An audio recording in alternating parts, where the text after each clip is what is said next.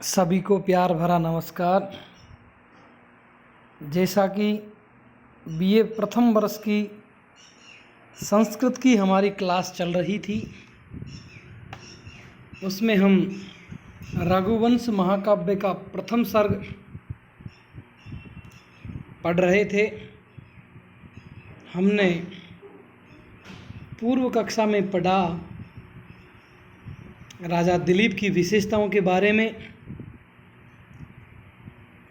जैसा कि राजा दिलीप का शरीर जैसा सुंदर और विशालकाय था, उनकी कुशाग्र बुद्धि थी, और जैसी उनकी कुशाग्र बुद्धि थी वैसे ही वो शास्त्रों का अभ्यास करते थे, और जैसा वो शास्त्रों का अभ्यास करते थे वैसा ही उनका उद्यम था, और जैसा उनका उद्यम था वैसी ही सफलता उनको मिलती थी।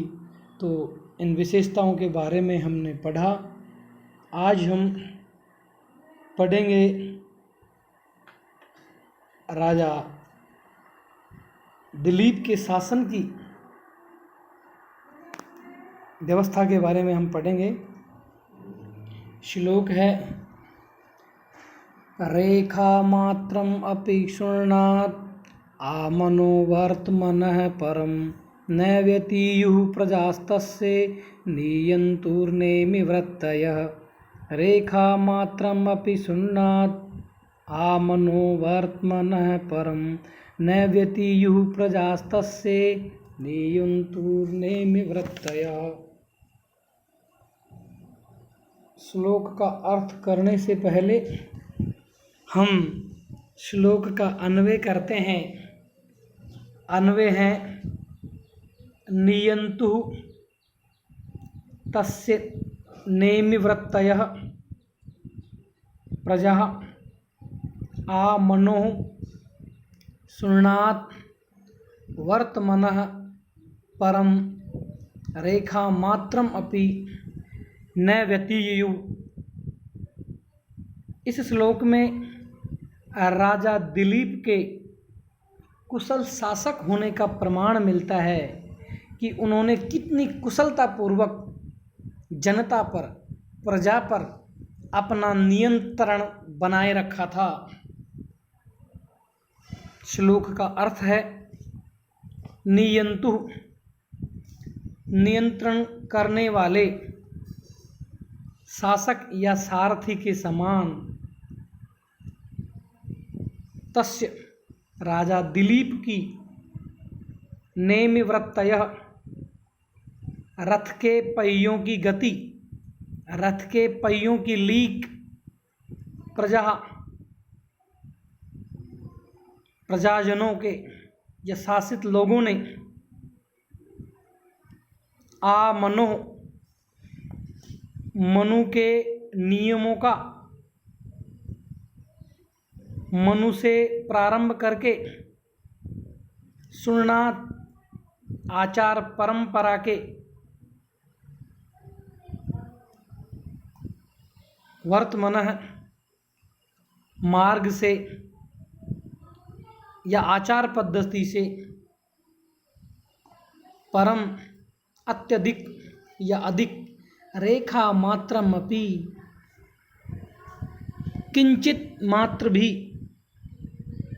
रेखा मात्रम रेखा प्रमाण अथवा थोड़ा सा भी, नहीं व्यतीयु उल्लंघन करती थी। श्लोक का अर्थ है कि जिस प्रकार कुशल सारथी से चलाए गए रथ के जो पहिए हैं जरा भी लीक से इधर उधर नहीं हो पाते, वैसे ही सुयोग्य शासक राजा दिलीप से शासित प्रजा किंचिन मात्र भी भगवान मनु के आचार परंपरा के नियमों का उल्लंघन नहीं करती थी। अर्थात जिस प्रकार अच्छा सारथी रहने पर रथ का पहिया जो पहले अगले पहिए के द्वारा बनाई गई लीक पर ही जाता है, उसके बाहर थोड़ा सा भी नहीं जाता, उसी प्रकार उस दिलीप की प्रजा भी उस आचार परंपरा को थोड़ा बहुत भी उल्लंघन नहीं करती थी जो मनु के समय से चली आ रही थी। अगला श्लोक है प्रजानामेव भूत्यर्थं शैताभ्यो बलिमग्रहीत् सहस्रगुणम् उत्स्रष्टुम् आदत्ते हि रसं रविः। प्रजानामेव भूत्यर्थं शैताभ्यो बलिमग्रहीत् सहस्रगुणम् उत्स्रष्टुम् आदत्ते हि रसं रविः। इस श्लोक में महाकवि कालिदास कहते हैं कि राजा दिलीप प्रजा से जो कर लेते थे उस कर को प्रजा की भलाई में खर्च करते थे। जैसे श्लोक का अन्वय है सह प्रजानां भूत्यर्थम एव ताभ्य बलिम अग्रहीत ही रवि सहस्त्रगुणम उत्स्रष्टुम रसम आदत्ते। सह यानी वह राजा दिलीप प्रजानाम प्रजा के लोगों के भूत्यर्थम कल्याण के लिए ही वृद्धि या कल्याण के लिए ही एव ही ताभ्य प्रजा से ताभ्य प्रजा से उन प्रजा के लोगों से बलिम आय का छठा भाग कर के रूप में षष्ठांश रूपी कर को अग्रहीत लेते थे ग्रहण करते थे। ही जिस प्रकार रवि सूर्य सहस्त्र गुणम 1000 गुना से भी अधिक उत्स्रष्टुम प्रदान करने के लिए रसम जल को आदत्ते ग्रहण करता है या ग्रहण करते हैं। श्लोक का अर्थ हुआ कि जैसे सूर्य अपनी किरणों के द्वारा पृथ्वी से जल सोख कर 1000 गुना से भी अधिक वर्षा करता है, वैसे ही राजा दिलीप भी अपनी प्रजा से आय का छठा भाग कर रूप में लेते थे और उसे प्रजा के कल्याण में ही लगा देते थे। अर्थात जिस प्रकार सूर्य 1000 गुना देने के लिए रसों को या जल को पृथ्वी से खींचता है, उसी प्रकार राजा दिलीप प्रजाओं के कल्याण के लिए ही उनसे कर लेता था, अर्थात उनकी भलाई के लिए ही कर लेता था। अब हम चलते हैं अगले श्लोक की तरफ। सेना परिच्छदस्तस्य द्वयमेवार्थ साधनम शास्त्रे स्वकुंठिता बुद्धिर्मौर्वी धनुषी चातता। सेना परिच्छदस्तस्य द्वयमेवार्थ साधनम शास्त्रे स्वकुंठिता बुद्धि मौर्वी धनुषी चातता। इस श्लोक में राजा दिलीप की बुद्धि, शौर्य एवं संपन्नता का वर्णन करते हुए महाकवि कालिदास कहते हैं कि राजा दिलीप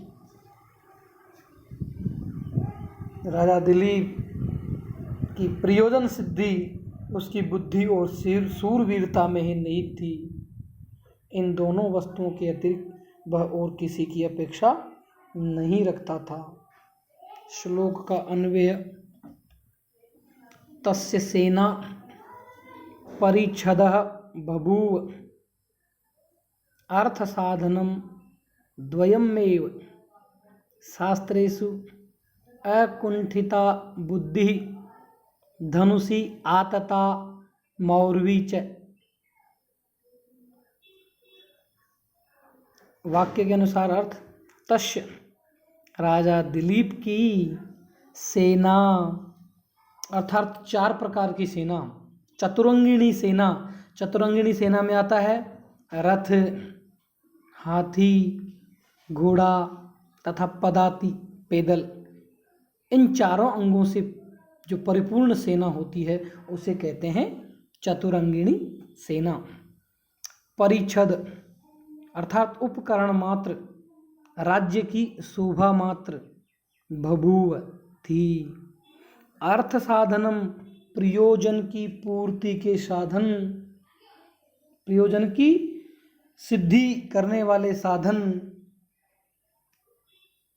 द्वयमेव दोनों ही, द्वयमेव 2 वस्तुएं ही, शास्त्रेषु शास्त्रों में, संपूर्ण शास्त्रों का अवगाहन करने वाली, ऐकुंठिता अत्यंत कठिन विषय में भी प्रवेश करने वाली, बुद्धि प्रज्ञा या बुद्धि, धनुषी और धनुष पर आतता चढ़ी हुई, मौरवीच धनुष की प्रत्यंचा या धनुष की डोरी।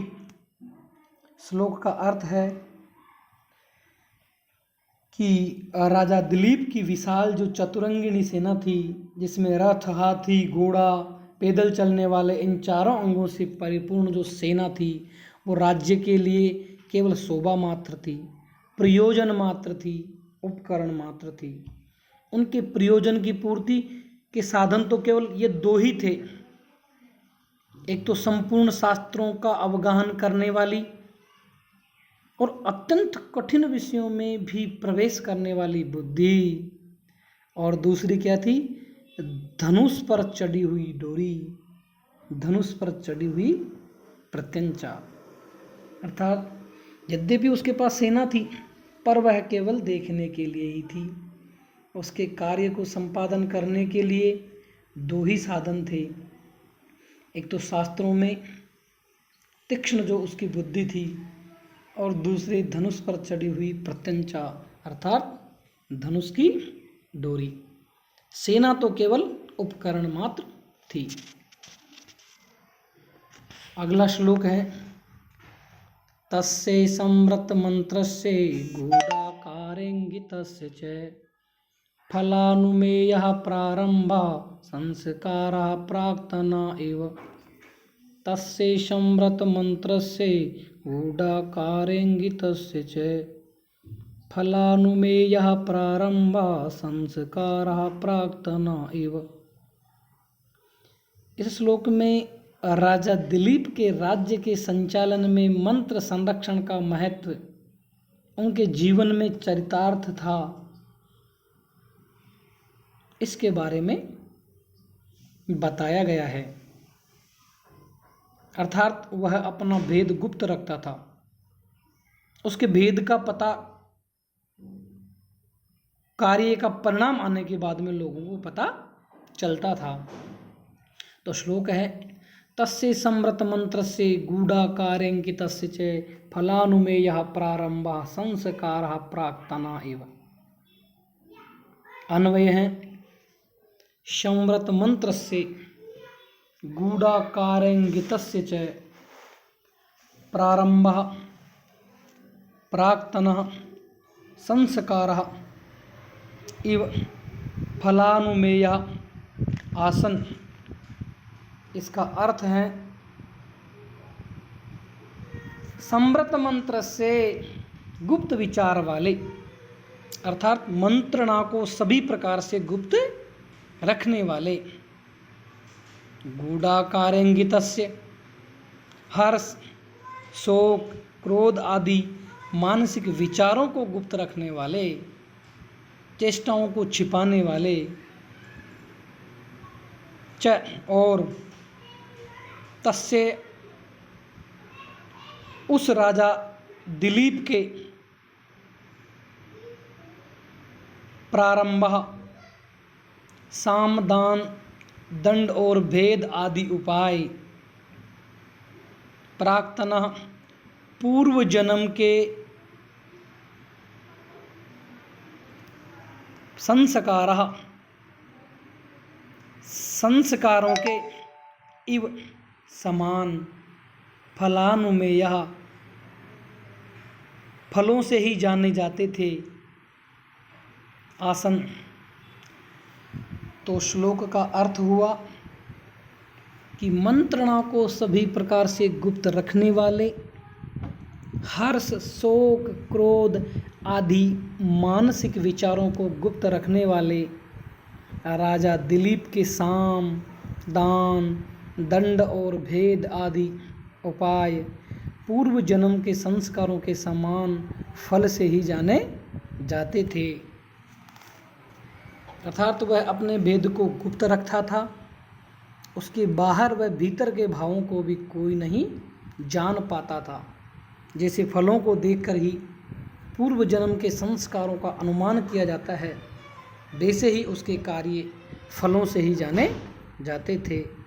दिलीप का काम सिद्ध हो जाता था, तभी लोग यह जान पाते थे कि उसने कोई कार्य उस समय प्रारंभ किया था। यहाँ पर कवि अपना यह विचार व्यक्त करता है कि राज्य का मूल मंत्र का संरक्षण है, अर्थात यदि किसी राजा की गुप्त योजनाओं का पता उस कार्य के संपन्न होने के पूर्व ही लग जाता है तो उस राजा को फल की प्राप्ति नहीं हो पाती है। इसलिए राजा दिलीप बहुत ही चतुर था, वह अपने भेद को गुप्त रखता था। तो समाप्त करते हैं आज की कक्षा को यहीं। धन्यवाद।